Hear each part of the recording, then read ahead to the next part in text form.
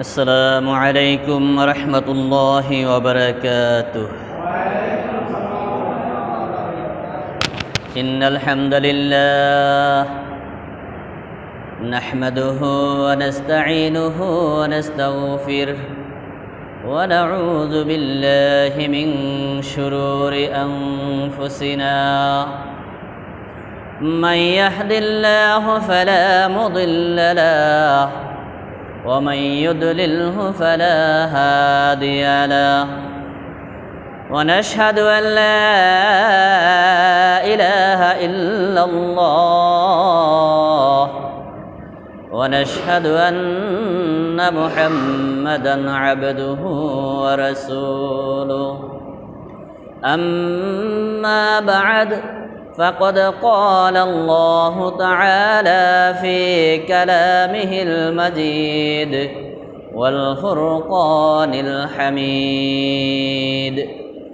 أعوذ بالله من الشيطان الرجيم. إن الله وملائكته يصلون على النبي يا أيها الذين آمنوا صلوا عليه وسلموا تسليما. يا اللهم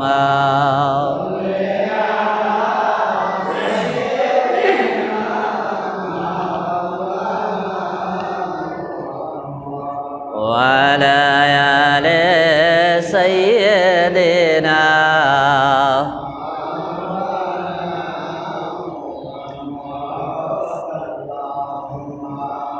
صلى على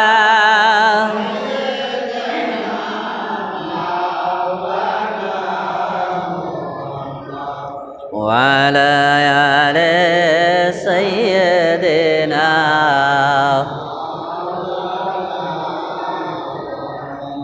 فرنبوريا فرادرود ফরানবীর শরণে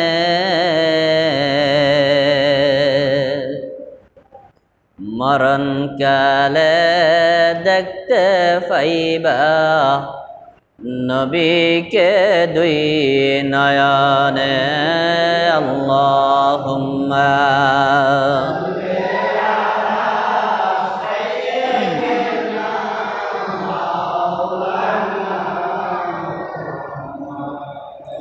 وعلى آل سيدنا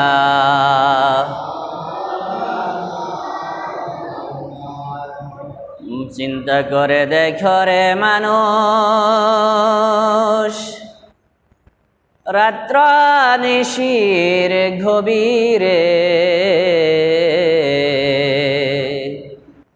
মরার পরে বন্ধু নাই রে, কে যাবে তোর কবরে। আল্লাহুম্মা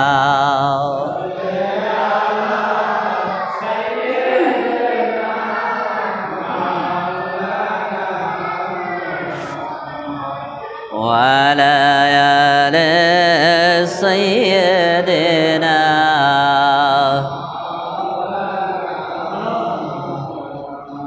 আলহামদুলিল্লাহ, আল্লাহ তাআলার নিকট অগণিত অসংখ্য শুকরিয়া, যে মহান রব্বুল ইজ্জতুল জালাল আল্লাহ পাক আমাদেরকে সুস্থ রেখেছেন, ভালো রেখেছেন এবং আল্লাহর ঘর মসজিদে এসে এই স্বল্প সময় কোরআন হাদিস থেকে কিছু আলোচনা করার এবং শোনার তৌফিক দিলেন, এবং যে মহান রবের হুকুম পালন করার জন্য, জুমার নামাজ আদায় করার জন্য আল্লাহর ঘর মসজিদে আসার যে তৌফিক দিলেন, এই জন্য আল্লাহর দরবারে শুকরিয়া আদায় করি। সকলে বলি আলহামদুলিল্লাহ। অনেক মানুষ সুস্থ আছে, তারপরে এখনো এদিক সেদিক ঘোরাফেরা আছে, দুনিয়ার কাজ নিয়ে ব্যস্ত আছে, ঠিক কিনা? অনেক মানুষ সুস্থ আছে, তারপরে নামাজের প্রতি গুরুত্ব নাই। অনেক মানুষ সুস্থ আছে, তারপরে শুক্রবার ছাড়ার বাকি ওয়াক্ত ওনাকে মসজিদে আর খুঁজে পাওয়া যায় না। বহু মানুষ আছে শুধু শুক্রবারই মসজিদে পাওয়া যায়, নামাজে পাওয়া যায়, বাকি সময় আর আসে না। অনেক মানুষ আছে সপ্তাহে 2-3 ওয়াক্ত নামাজ পড়ে, দিনে 2 ওয়াক্ত নামাজ পড়ে, 5 ওয়াক্ত নামাজ পড়ে না। উনি মনে করে শুধু জুমার নামাজ পড়লেই সেরে গেলাম, মানে জুমার নামাজই ওনার জন্য জরুরি, আর কোনো নামাজ যে জরুরি আছে ওটা উনি মনে করে না। বহু মানুষ আছে দুনিয়ার কাজ নিয়ে ব্যস্ত, আল্লাহ পাকের যে বিশাল বড় হুকুম এটার প্রতি তার কোনো মূল্যায়ন নাই, খবর নাই। কিয়ামতের ময়দানে বান্দার আমলনামা আল্লাহ তাআলা যখন সামনে পেশ করবেন, ডাক দিয়া বলবে, হে আমার গোলাম, আউয়ালু মা ইউহাসাবু বিহিল আবদু ইয়াউমাল কিয়ামাতিস সালাহ আও কামা ক্বালা আন-নাবিয়্যু আলাইহিস সালাতু ওয়াস সালাম। আল্লাহ তাআলার রাসূল বলেন, ও আমার উম্মতেরা, যেদিন কিয়ামতের মাঠ উপস্থিত হয়ে যাবে, মানুষ যখন একত্রিত হয়ে দাঁড়িয়ে যাবে, আল্লাহ তাআলা তোমার কাছে সর্বপ্রথম একটা প্রশ্ন করবে, হে গোলাম, হে আমার বান্দা, তোমার উপর আমি নামাজ ফরজ করে দিয়েছিলাম, বলো তুমি নামাজ পড়ছো কিনা। আউয়ালু মা ইউহাসাবু বিহিল আবদু ইয়াউমাল কিয়ামাতিস সালাহ। বান্দা নামাজ পড়ছনি, নামাজ পড়ছনি, তোমার উপরে নামাজ ফরজ করা হয়েছিল, নামাজ পড়ছনি, কয় ওয়াক্ত নামাজ পড়ছ। আমল নামা এভাবে হাতে দিয়া বলবে, ইকরা কিতাবাকা কাফা বিনাফসি ইয়াউমা আলাইকা হাসিবা। বান্দা তুমি পড়ো, তোমার আমল নামা তুমি পড়ে দেখো, ফজরের নামায় ঘুমিয়েছো, ফজরের নামাজের সময় ঘুমিয়েছিলে, তোমার নামাজ করস। বান্দা তোমার আমল নামা তুমি আজকে পড়ে দেখো, জোহরের সময় তুমি কাজে ব্যস্ত ছিলা, নামাজ পড়ো না, জোহরের সময় তোমার আমল নামায় জিরো লেখা আছে। হায় হায়, বান্দা আমল নামা দেখবে আর আফসোস করবে, ওয়াকুলুল কাফিরু ইয়া লাইতানি কুনতু তুরাবা। কাফেরেরা যেমন আফসোস করবে, বান্দা মুসলমানেরাও তেমন আফসোস করবে, হায় কি করলাম, কেন নামাজ ছেড়ে দিলাম, আমার রব তো আজকে আমার কাছে আগে নামাজের হিসাব চাইছে, আমি তো নামাজের হিসাবেই ছেড়ে দিয়েছি দুনিয়ার। আল্লাহ ডাক দিয়া বলবে, হে গোলাম, তোমার খাদ্যের প্রয়োজন ছিল, খাদ্যের ব্যবস্থা আমি রব করে দিয়েছি। তোমার রিজিকের প্রয়োজন ছিল, আমি রব তোমাকে রিজিকের ব্যবস্থা করে দিয়েছি। তোমার কাছে তো আমি তেমন কিছু চাই না রে গোলাম, চেয়েছিলাম আমার ইবাদত। আল্লাহ কুরআনুল কারীমে বলেন, লা ইন শাকারতুম লা আযীদান্নাকুম ওয়া লা ইন কাফারতুম ইন্না আযাবি লাশাদীদ। ও গোলাম, তোমাকে আমি যত নিয়ামত দিয়েছিলাম, আমার নিয়ামত পেয়ে কি করেছ, আমার নিয়ামত খেয়ে কি করেছ, আমার নিয়ামত দুনিয়ার জমিনে বুক করে তুমি কি করেছিলা, আমার নিয়ামতগুলার হিসাব দাও। তুমি যদি আমার নিয়ামতগুলা পাওয়ার পরে শুকরিয়া আদায় করতা, আমার নিয়ামত পাওয়ার পরে তুমি নামাজ আদায় করতা, আমার নিয়ামত পাওয়ার পরে তুমি রোজা রাখতা, আমার নিয়ামত পাওয়ার পরে আমার হুকুম যদি তুমি পালন করতা, আজকে কিয়ামতের ময়দানে আউয়ালু মা ইউহাসাবু হিসাবান ইয়াসীরা, তোমার জন্য আমি রব হিসাবটা সহজ করে দিতাম। বান্দা নামাজের জন্য সর্বপ্রথম আটকিয়া যাবে। আল্লাহ রাসূল বলেন যে এই বান্দার আমল নামা দেখার পর নামাজের হিসাবগুলা মিলিয়ে দিতে পারবে, আল্লাহ তাআলা আল্লাহর যে একটা রাগ ছিল ওই রাগটা বান্দার উপর থেকে খরচ করে দিবে, কাটিয়ে দিবে। তারপর আল্লাহ তাআলা বাকি প্রশ্নগুলা বান্দার জন্য সহজ করে দিবে। আল্লাহ তাআলা বলবে, হে গোলাম, এই পৃথিবীর জমিনে তোমার রিজিকের দায়িত্ব ছিলাম আমি আল্লাহ। তুমি কখন কোথায় কি খাইবা তোমার রিজিক আমি পৌঁছিয়ে দিয়েছি। তোমার কতটুকু পরিমাণ রিজিক আছে আমি আল্লাহ বাজেট করে দিয়েছিলাম। তোমার ভাগ্য মরণ পর্যন্ত রিজিকের বাজেট করে দিয়েছি। তুমি কোন দিন কোন জায়গায় কতটুকু খাবার খাবে, কোন দিন তুমি বিদেশ যাবে, কোন দিন দেশে আসবে, কোন দিন তুমি দেশ বাড়িতে থাকবে, কোন দিন তুমি ঢাকা থাকবে, কখন তুমি কোথায় যাবে, তোমার রিজিকের নির্ধারণ আমি রব করে দিয়েছি। তোমার রিজিকের ফয়সালা আমি করে দিয়েছি, তোমার রিজিক আমি বাজেট করে দিয়েছি। মানুষের যখন মৃত্যু নিকটবর্তী হয়ে আসবে, কুল্লু নাফসিন যায়িকাতুল মাউত, মানুষ মরণশীল, মানুষ মরণশীল, সমস্ত প্রাণী মরণশীল, ফেরেশতা মরণশীল। জিব্রাইল আমিন মারবে, আজরাইল মারা যাবে, মালাকুল মাউত মারা যাবে, সমস্ত ফেরেশতা মারা যাবে, জিন জাতি মারা যাবে, সমস্ত মানুষ মারা যাবে, সমস্ত গরু ছাগল মারা যাবে। কেউ পৃথিবীতে থাকতে পারবে না। থাকতে চাইলো আল্লাহর একজন ফেরেশতা আছে মালাকুল মাউত, এই ফেরেশতায় কাউকে থাকতে দিবে না।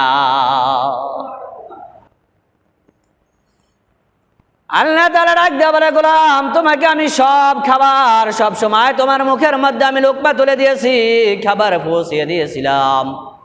আমার নেয়ামত হওয়ার পর তুমি কি করেছো হিসাব দাও, তুমি এগুলার জবাব দাও। আজকে জবাব দেওয়ার পরে তারপরে তোমার মুক্তি। এভাবে বান্দার কাছ থেকে আগে নামাজের হিসাবগুলো আল্লাহ তাআলা গ্রহণ করবে। বহু মানুষ সেদিন নামাজের জন্য ধরা খেয়ে যাবে, অথচ নামাজ পড়তে বেশি সময়ের প্রয়োজন হয় না, ঠিক কিনা? কাজের ফাঁকেও নামাজ পড়া যায়। অল্প সময়ের মাত্র 10 মিনিটের ব্যবধান, 15 মিনিটের ব্যবধান, 15 মিনিট সময় তোমার রবকে দিতে পারো না, তুমি তোমার রবের সামনে যে সেদিন কি জবাব দিবা? আল্লাহ তাআলা বলেন, ওয়ামা মিন দাব্বাতিন ফিল আরদি ইল্লা আলাল্লাহি রিজকুহা। এই পৃথিবীতে এমন কোনো প্রাণী নাই যেটা রিজিকের দায়িত্ব আমি আল্লাহ নেই না। এই পৃথিবীতে এমন কোনো মাখলুকাত নাই যে মাখলুকাতের খাবার আমি আল্লাহ তার মুখের মধ্যে উঠিয়া দেই না। এমন কোনো প্রাণী নাই, এমন কোনো মাখলুকাত নাই যার খাবার আমি রব তার সামনে উঠাইয়া দেই না। সে কিভাবে খাবে, কতটুক খাবে, রব নির্ধারণ করে রেখেছে। কার হায়াতের বাজেট কতটুক রব নির্ধারণ করে রেখেছে। মানুষের যখন মরণের সময় চলে আসবে, পানির যে ফেরেশতা, ওই ফেরেশতা সর্বপ্রথম আসিয়া যদি ইমানদার মুমিন হয় সালাম দিবে। সালাম দেওয়ার পরে বলবে, হে গোলাম, হে আল্লাহর বান্দা, তোমার জন্য আমি ফেরেশতা পানির নিযুক্ত হয়েছিলাম। তুমি প্রতিদিন কতটুকু পানি খাইবা? আল্লাহ তাআলা আমাকে সেই বাজেট দিয়ে দিছে।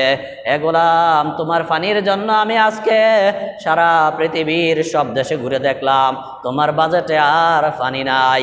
আমি তোমার পানির বাজেটের ফেরেশতা ছিলাম, আমি তোমার পানির বাজেটের ফেরেশতা ছিলাম। আজ থেকে তোমার কাছ থেকে আমি বিদায় নিয়ে গেলাম, তোমার আর রিজিকে আর পানি নাই। এবারে খাদ্যের ফেরেশতা আসবে, খাদ্যের ফেরেশতা আসিয়া সালাম দিবে। যদি ইমানদার মুমিন হয় সালাম দিবে। সালাম দেওয়ার পর বলবে, হে গোলাম, হে আল্লাহর গোলাম, তোমার খাদ্যের নিয়োজিত আমি ছিলাম। তুমি কোন দিন কোন জায়গায় যাবে, কোন দিন কোনখানে খাবে, কতটুকু খাবার খাবে, তোমার খাদ্য বাজেটে আমি ফেরেশতা ছিলাম। আজ তোমার খাদ্য বাজেট দেখলাম, তোমার খাদ্য বাজেটে আর তোমার কোনো খাবার নাই। আজ থেকে আমার আর কোনো দায়িত্ব নাই, কাজ নাই। হে গোলাম, তোমাকে ছেড়ে আমিও চলে গেলাম। এভাবে সব ফেরেশতারা চলে যাবে। মালাকুল মাউত লাস্টে আসবে, সবার শেষে মালাকুল মাউত এসে, মালাকুল মাউত যদি ইমানদার হয় সালাম দিবে। মালাকুল মাউত বলবে, কাছে এসে তাড়াইয়া যাবে মানুষের জান কবজ করার জন্য।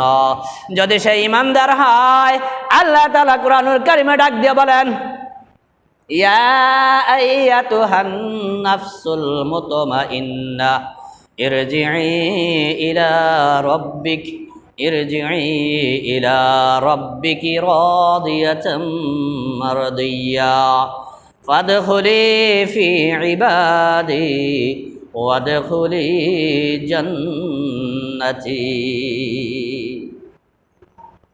আল্লাহ তাআলা ইমানদারকে মরণ করে ডাক দিয়ে বলবেন, ইয়া আইয়াতুহান নাফসুল মুতমাইন্না, এ নফসে মুতমাইন্না, হে ভালো আত্মা, হে ভালো মন, হে ভালো রূহ, ইরজিই ফিরে আসো, ফিরে আসো ইলা রব্বিক, আমি রবের দিকে। ইরজিই ফিরে আসো ইলা রব্বিক, আমি রবের দিকে ফিরে আসো। ইরজিই ইলা রব্বিকি রাদিয়াতাম মারদিয়া ফাদখুলি ফি ইবাদি ওয়াদখুলি জান্নাতি। জোরে বলি আল্লাহু আকবার। ইমানদারকে আল্লাহ ডাক দিয়া বলবে, ও ইমানদার, আসো আসো, আমি রবের নিকট আসো। আমি না তোমার রব, আমি না তোমাকে সৃষ্টি করেছি? তুমি না ফজর বেলায় বলেছ সুবহানা রাব্বিয়াল আযীম, সেজদায় গিয়া বলেছ সুবহানা রাব্বিয়াল আলা, দাঁড়িয়া বলেছ আলহামদুলিল্লাহি রাব্বিল আলামিন। আমি তোমার রব, আমি তোমাকে ডাকতেছি, ইরজিই ফিরে আসো, ফিরে আসো আমার কাছে আসো। আমি রবের নিকট আসো, ইরজি ফিরে আসো, ইলা রব্বিকা আমার কাছে আসো, আমি না তোমার রব, আমার রবের কাছে আসো, ইরজি ইলা রব্বিকি রাদিয়াতাম মারদিয়া। তুমি যে দুনিয়ায় নামাজ পড়েছো আমি খুশি হয়েছি, তুমি যে দুনিয়ায় ইবাদত করেছো আমি খুশি হয়েছি, তুমি যে ভালো পথে চলেছো আমি খুশি হয়েছি, তুমি যে হক পথে চলেছো আমি খুশি হয়েছি, আমি রবের কাছে চলে আসো, আমি রবের নিকট চলে আসো। আল্লাহ এভাবে ডাক দিয়া বলবে ইমানদারকে। যদি ইমানদার হতে পারি আল্লাহ এভাবে ডাক দিয়া দুনিয়ার জমিন থেকে বিদায় নিয়ে দিবে। আর যদি মুমিন সারা কাফের মুশরিক হয়ে যায়, বেঈমান হয়ে যায়, আত্মহত্যা করে মারা যায়, ওই মানুষগুলা কঠিনভাবে যন্ত্রণা দিয়ে দুনিয়া থেকে বিদায় নেওয়া হয়। আল্লাহর নবী সাল্লাল্লাহু আলাইহি সাল্লাম সাহাবাদেরকে লক্ষ্য করে বলেন, ও সাহাবীরা, কাফের মুশরিক বেঈমান ইহুদি নাসারা জালিমদের মৃত্যু আল্লাহ তাআলা এভাবে নেয়। দুনিয়ার জমিনে একটা ওটের চামড়া, একটা জীবিত ওট, একটা জীবিত ওটের চামড়া যদি জবাকরণ ছাড়া ওই ওটের চামড়াগুলা চুলে চুলে চুলে চুলে খালে খালে পুরাটা চামড়া শেষ করা হয়, একটা ওটের যতটুকু কষ্ট হবে, কি পরিমাণ কষ্ট হবে, একটা গরু জবাকরণ ছাড়া যদি তার পুরা শরীরের চামড়াটা চিনিয়া চিনিয়া চিনিয়া চিনিয়া চুলানো হয়, এই একটা ওটের কষ্ট এক পাল্লা রাখা হলে আরেকটা ওট জবা ছাড়া ওই ওটের চামড়াগুলা নিকাললে এভাবে খুললে ওই ওটের কষ্ট যত হবে। এক বর্ণনায় 70টা ওট পাওয়া যায়, আর এক বর্ণনায় তোমার 100টা ওট পাওয়া যায়। 100টা ওট যদি জবাকরণ ছাড়া 100টা ওটের চামড়া যদি ছিনিয়ে নেওয়া হয়, ওই 100টা ওটের যেই পরিমাণ কষ্ট হবে, যন্ত্রণা হবে, একটা নাফরমান বেঈমান কাফের মুশরিকের এর চেয়ে বেশি কষ্ট দিয়া আল্লাহ তাআলা তাকে দুনিয়া থেকে বিদায় দেয়। কন্যা নাউজুবিল্লাহ, আরো জোরে বলি নাউজুবিল্লাহ। এই জন্য ইমানদারের মৃত্যু চাইতে হবে আল্লাহর কাছে। আল্লাহ ইমান নিয়ে যেন মরতে পারি, ইমান বড় দামি। আল্লাহ তাআলা সূরা ওয়াল আসরের মধ্যে বলেন, ওয়াল আসর ইন্নাল ইনসানা লাফি খুসর, সমস্ত মানুষ ক্ষতির মধ্যে লিপ্ত।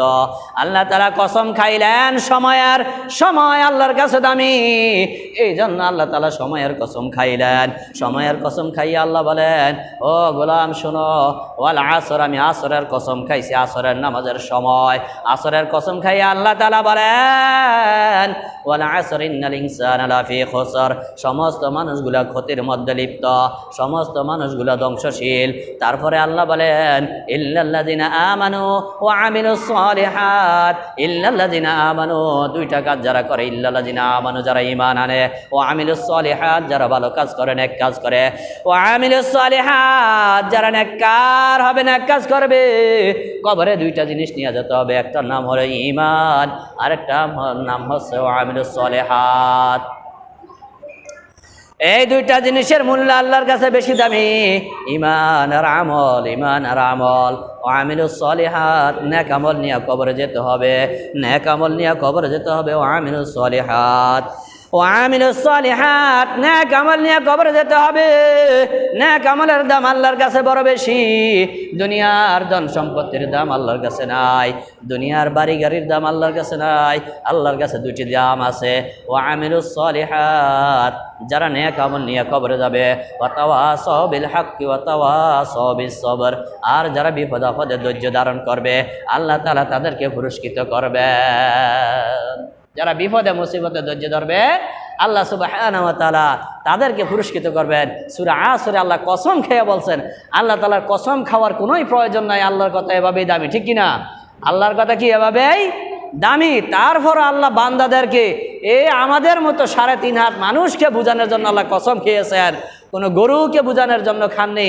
এত বড় মাখলুকাত হাতি, এত মোটা হাতিকে বোঝানোর জন্য আল্লাহ কসম খাননি। এত বড় বিশাল ওট, যাকে কোরআনের ভাষায় ইবিল বলা হয়, ওটকে বোঝানোর জন্য আল্লাহ কসম খায়নি। শুধু আমাদের মতো মানুষকে বুঝাইতে গিয়ে কসম খেয়ে বললেন, হে গোলাম, আমার কাছে সময়ের অনেক দামি, সময়ের দামি, এই জন্য আমি সময়ের কসম খাইছি। ওয়াল আসর ইন্নাল ইনসানা লাফি খুসর, সব মানুষ ক্ষতির মধ্যে, দুনিয়ার মধ্যে সব মানুষ ধ্বংসের মধ্যে, শুধু ওই মানুষ যারা ঈমান আনেছে আর ওয়াতাওয়াসাউ বিল হাক্কি ওয়াতাওয়াসাউ বিস সবর, যারা ধৈর্য ধারণ করে, হক কথা বলে, হকের পথে যারা দাওয়াত দেয়, এই শ্রেণী ছাড়ার বাকি সব মানুষ আল্লাহ বলছেন ক্ষতির মধ্যে আছে। আর আমরা যদি নিজেরা মনে করি যে আমরা ভালোর মধ্যে আছি তাহলে কিভাবে হবে? আল্লাহটাই সত্য, আল্লাহ যেটা বলছে ওইটাই আমাদেরকে মেনে নিতে হবে। মানুষের মুখে আল্লাহ তাআলা যেভাবে রিজিক পুষিয়ে দেয়, মাখলুকাতের কাছে এভাবে আল্লাহ তাআলা রিজিক পুষিয়ে দেয়। আল্লাহ তাআলা কোরআনুল কারীমে বলেন, ওয়ামা মিন দাব্বাতিন ফিল আরদি ইল্লা আলাল্লাহি রিজকুহা।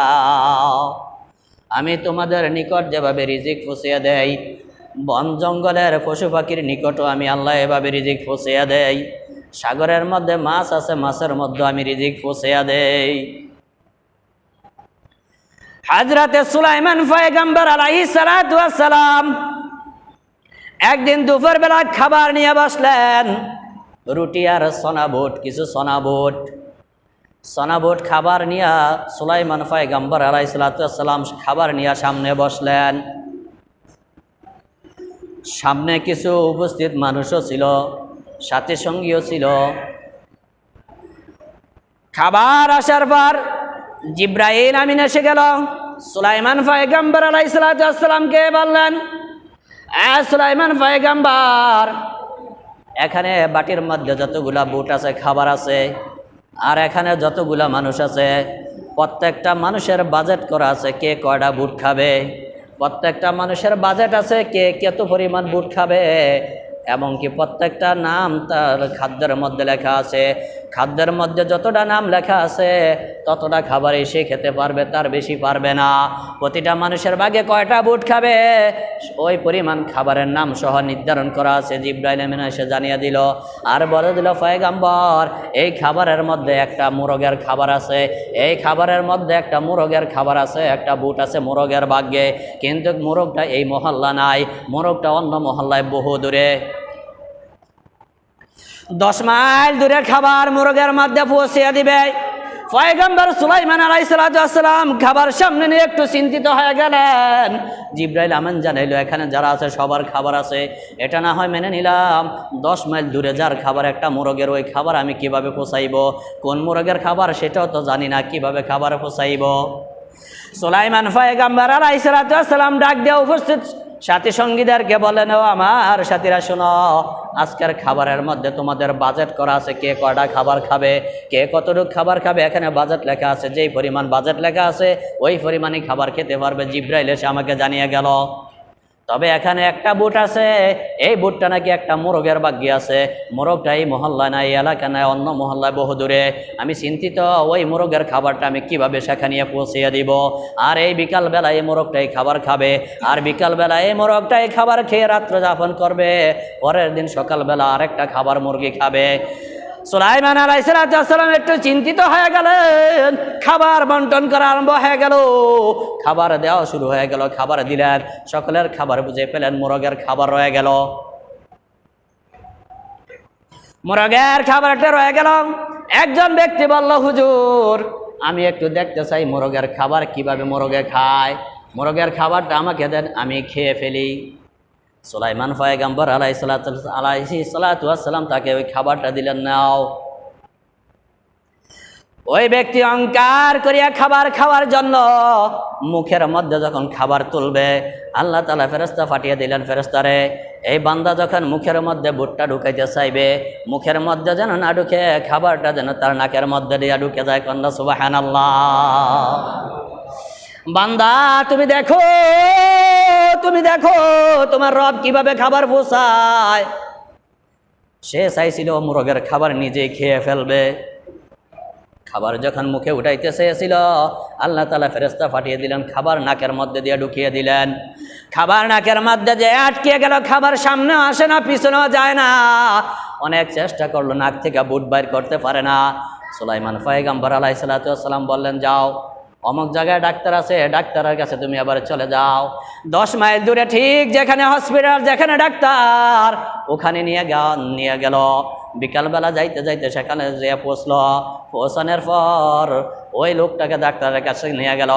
ডাক্তার বলল, ওনাকে বাহির করে দাও, ভিতরে আসতে দিও না, ওনাকে বাহিরে রাখো, গাছের নিচে রাখো। কি হয়েছে? ওনার নাকের মধ্যে বুট ঢুকেছে, বুট ঢুকেছে, বাইর করতে পারি না। ডাক্তার বলল বাহিরে রাখেন, বাহিরে রাখেন, ভিতরে ওনাকে আসতে দিবেন না। ভিতরে আসতে দেওয়া হলো না, বাহিরে রাখা হলো। কিছুক্ষণ পর ডাক্তার এসে অপর নাক দিয়ে একটা পাইপ ঢুকাইয়া যখন জোরে ফুট দিল, অপর সাইডের নাক থেকে ওই বুটটা পড়ে গেল। অমনি পাশে একটা মোরগ ছিল, মোরগ এসে ওই খাবারটা খেয়ে ফেললো।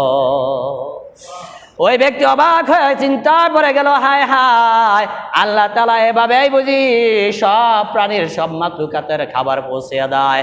আমি তো একটু অহংকার করতে চেয়েছিলাম, আমি তো একটু নিজেকে অন্যরকম ভাবতে চেয়েছিলাম, এই জন্য আমি তাকাব্বুরের মধ্যে গিয়া আমি চেয়েছিলাম অন্যের খাবারটা আমি নিজেই খেয়ে ফেলবো।